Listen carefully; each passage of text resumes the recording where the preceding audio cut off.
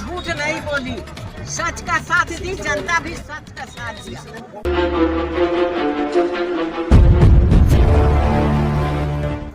Ma'am, Sheohar जिले को rail का तोहफा मिला है और लोगों में खुशी है, क्या कहना चाहती हैं?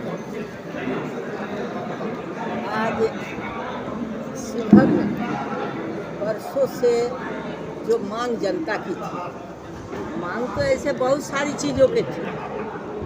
जिस समय से हम आए हैं यहाँ पर, उस समय से जो भी कमी थी उसको मैं पूरा कर रही हूँ। और रेल मंत्री जब शिवहर पहुँचे थे, जब फर्स्ट बार, उस समय प्रधानमंत्री नहीं थे, उस समय प्रधानमंत्री नहीं थे, तो उन्होंने कहा था, जब मांग की कि यहाँ रेल के लिए लोग वर्षों से इंतजार कर रहा है, शिलापट देखने के लिए मिल रहा है, लेकिन रेलगाड़ी नहीं आ रही।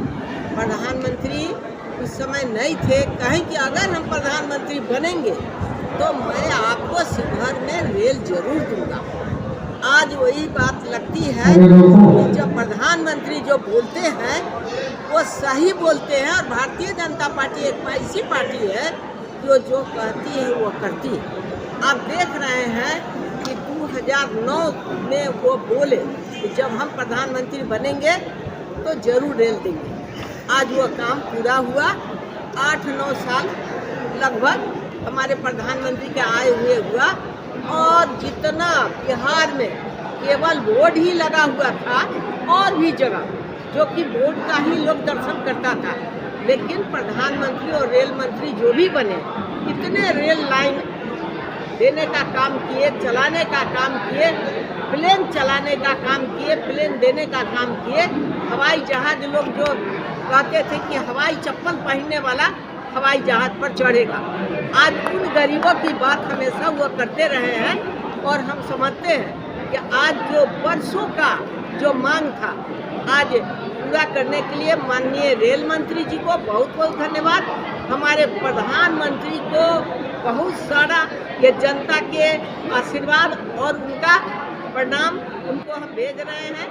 और इतना खुश होंगे कि यहाँ की जनता जिस तरह खुश है, वो भी खुश होंगे, काहे कि वो गरीब के नेता, और गरीबों के लिए जो हर समय काम किए हैं। केवल जुमलेबाजी नहीं करना है, काम करके दिखाना है। कुछ लोगों को तकलीफ हो रही कि ये झूठा है, ये बनावटी है, तो उन लोगों को कहीं ना कहीं तकलीफ है। यहाँ पर तो रेल देना है तो सबों के लिए देना है, सबों का विकास करना है, सबके मन को, भावना को आगे बढ़ाना है। तो आज के दिन में हमारे जितने लोग खुशी मना रहे हैं, उस खुशी की पूर्ति करते हुए हमको भी आनंद आ रहा है, और प्रधानमंत्री को भी आ रहा है। हमारे प्रधानमंत्री के तरफ से, हमारे नितिन गडकरी जी के तरफ से 6 लेन सड़क, 4 लेन सड़क के बनाने का जो काम हुआ है, अभी अभी हम लोग 6 जगह शिलान्यास करके गए थे प्रधानमंत्री सड़क का। और बिंदीपुर शिवहर का वर्षों से मांग था, लेकिन वो पुल नहीं बन रहा था, लेकिन हमारे प्रधानमंत्री और नितिन गडकरी जी ने, जो पथ निर्माण मंत्री ने जो कार्य करके दिखाया है, वो आपको स्मरण होना चाहिए कि ये लोग आए हैं काम करने के लिए।